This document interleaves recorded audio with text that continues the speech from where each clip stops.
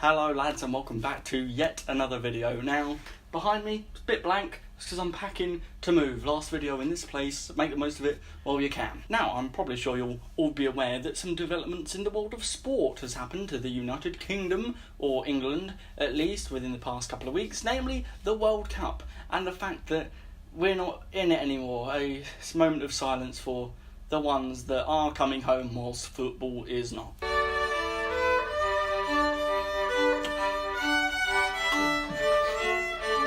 And the World Cup, especially whilst England were doing so well in it, semi-finals for the first time since, 95, people get really excited. There are people on the streets yelling, "It's coming home," and like waving banners about, but there are also the people who aren't as nice, starting pub fights and trashing ambulances. That's the sort of naughty side. And with this behaviour, with this sort of fanatics surrounding football, especially the World Cup, a lot of people, mainly people who are sort of in the fandoms of sort of nerdy stuff of Doctor Who and Harry Potter, stuff like that, they're thinking, well, why aren't our sort of fandoms as acknowledged as that? We don't get so excited about our thing that we go out smashing up places and causing violence, and we certainly don't expect days off from it and from work like people who are fans of football get. So why are they treated specially and we're not for our little TV things?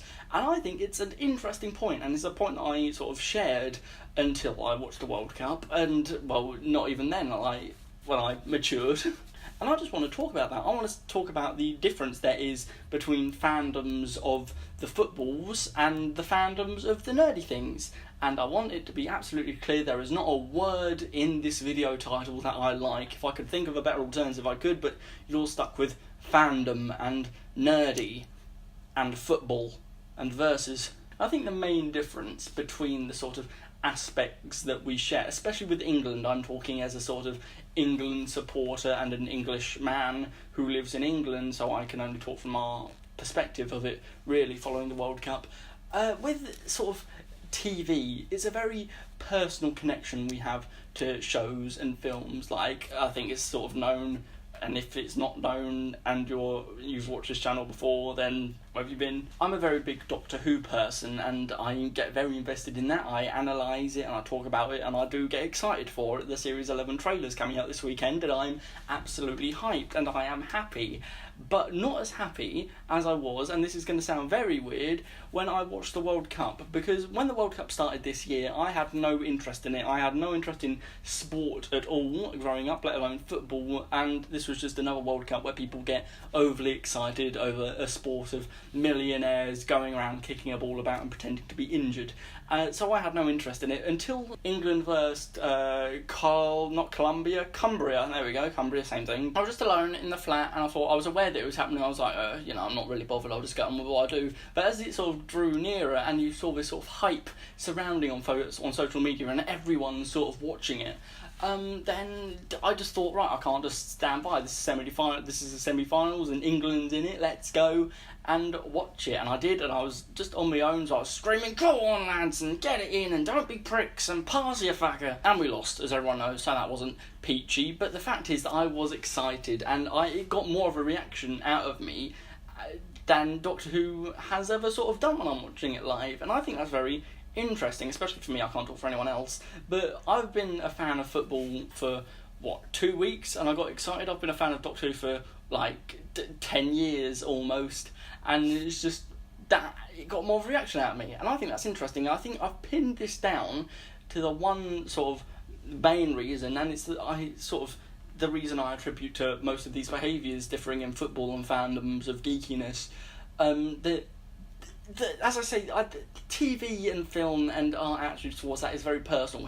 We have a personal connection. There's a reason that we as individuals like that show, because it speaks to us in some way, or it's part of a genre that we like, or it's got characters that we can relate to, or it's got stories that we invested in.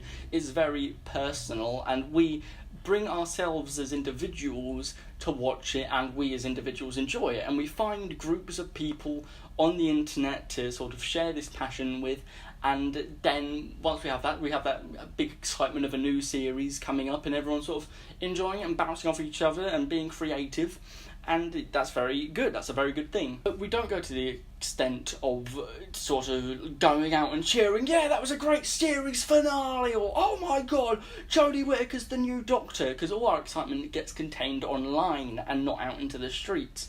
You could argue that because it's sort of a niche thing, that there's not as many people to find locally, so we have to reach out on the internet, and that's why it's contained online instead of in the streets. But I've got to think, why is it more niche? Why is a sort of very cleverly crafted sort of drama, which has gone through months of writing and production and post-production, more niche than just a live game of sport? And I'm putting it down to the fact that football is a national identity thing, especially now as England is going through a sort of time of political and social crisis with Brexit and all the resignations, Trump's visiting on the day that I record this and there are protests out there. We are having great difficulty uniting as a country and seeing each other politically on the same level and sort of unifying in our government and to move forward. And it's very divided times, and it's times that I don't think not many people are happy to say they're content with the way this country's being run.